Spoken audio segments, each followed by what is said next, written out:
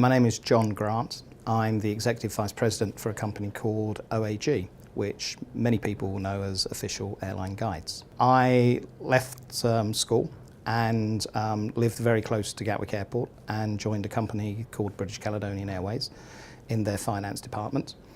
And I was there for about 3 years. Then I moved on into market research with the same company, eventually through marketing services. And I actually worked on the Caledonian Girls advertising campaign that some of your older people may remember, through to the commercial planning department with responsibilities for the Middle East and Asia. So I was there until we were taken over by British Airways. Decided that I didn't want to work for the world's favourite airline and left, and eventually ended up still working for an airline for Air UK, where I was the commercial manager, and worked my way through the organisation. We got taken over by KLM, Royal Dutch Airlines, and at that point we opened a new business unit based at London City Airport, where we put, I think it was about 7 or 8 aircraft into the airport and developed services, and I managed that operation. And after that, left there, joined a consultancy called Airport Strategy and Marketing, where I was the managing director. And we were acquired by OAG in August 2010. And 6 months later, I was invited to take the role of Executive Vice President for OAG Passenger Data, which I'm fulfilling now. It's a business that goes back over 80 years. And although we're called Official Airline Guides, the business actually started as a railway timetable publishing company. And then very slowly got into some of the airline schedules and the airline schedules distributions. And we still have some of the very original books where you have these planes that sort of hop all the way across North America with the US Post and through Europe and down into the Indian subcontinent and into Asia and Singapore. So we still have all those books. And we've grown into the largest supplier of aviation schedules data to everyone in the aviation and transport communities. We get data on a daily basis from up to 900 airlines who feed us their schedules automatically. We edit them, we validate them, put them through a quality control program, and eventually within 10 seconds for many airlines can send them back out to customers such as global distribution systems, people like Amadeus and Travelport, through to consultancies, through to government agencies, to airlines, airports, individuals. And over time, not only do we capture the schedules data, we now capture the flight status information. So we have this huge database that can tell you the punctuality of any airline or any flight or any route, scheduled route around the world. So we've got a huge database. Our passenger schedules capacity database stretches back over 20 years. So a lot of people use it for master planning, whilst our historic flight status database goes back 8 years, although the content is much richer in the last 2 or 3 years. So we're all about data, and making it as exciting and as fun as we possibly can. Today we're standing at about 150 people, and we've gone through a huge process of rationalisation and efficiency as we've benefited from technological improvements. 20 years ago, before I was there, I understand, we had 4 very large office blocks, and people would fax us their schedules or send them via a CETA message, and we would manually input them into a system. And we'd have literally 1,000 people who were inputting these pieces of paper every day. Now, all of that is digitised. So we're down to 150 people. We have about 80 people in our head office in Luton. We have an office in Chicago, one in Singapore, one in Tokyo, and one in Beijing. So a lot more efficient, a lot smaller, but still maintaining the same information services we had before. We recognise that the future of the business is not in the books. It is, it's been a great part of the business and is continuing to be a valuable part of the business. But the excitement for us is around, historically we had one database, which was the schedules database, and we had another database, which was the flight status database. And we never merged the two together. And when you begin to bring the two together, the power of the information multiplies by a factor of 5 or 6, because you're combining scheduled information with operational information.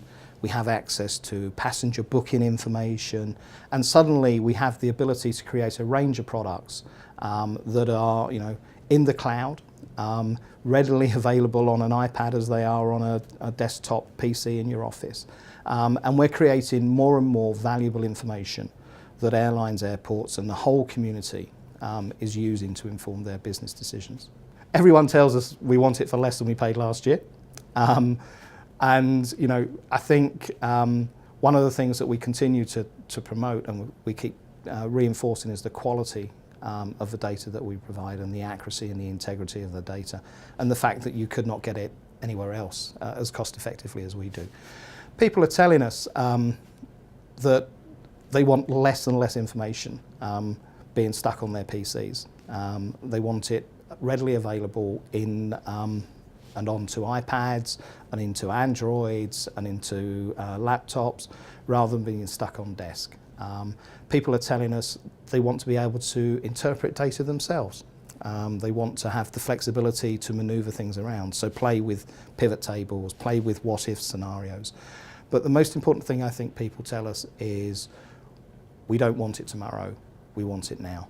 We live in a society and in a business environment where people say, I need it now, can I have it now? And we have to respond to that. It's an interesting one. It is about immediacy of information. And we're also now beginning to see an increasing interest in people protecting their data and understanding the value of their data. It's at the very large end of the spectrum, people are beginning to get to a point where they recognise the value of what they have, and they don't want to release it. They want to monetize it as effectively as they can, and we do as well. People are also expecting great service. It goes with that immediacy of a response to a question. People want to have good service and great follow-up. So the ability not only to provide information, but to be able to provide the insight and the support is a very important part of what customers say to us today. I think the biggest challenge we have is almost coping with the demand we will see. Because as we sit here today in London, we cannot grasp the scale and the size of capacity development and unmet need in places such as China and Indonesia and Latin America. And for an industry of our size, keeping up with the growth in terms of infrastructure need and requirement, as we know very well here in London with our runway shortages, is something that we have got to think long and hard about. I think the environment is absolutely precious. We have to continue to do that, but let's not get hysterical about it. The aviation industry is a pioneer in environmental protection and improvements in efficiency. But what we're not good at as an industry is lobbying and collectively arguing our case as strongly as perhaps we should have done in the past. I guess as a company, the fact that we're all extremely proud about and completely and utterly passionate about is, we are guardians of some of the most important data that informs every part of the business and everyone in travel, tourism, exhibitions. We hold the schedules information data, and it's our responsibility to continually get that distributed as effectively as we possibly can. So that's a bit corporate.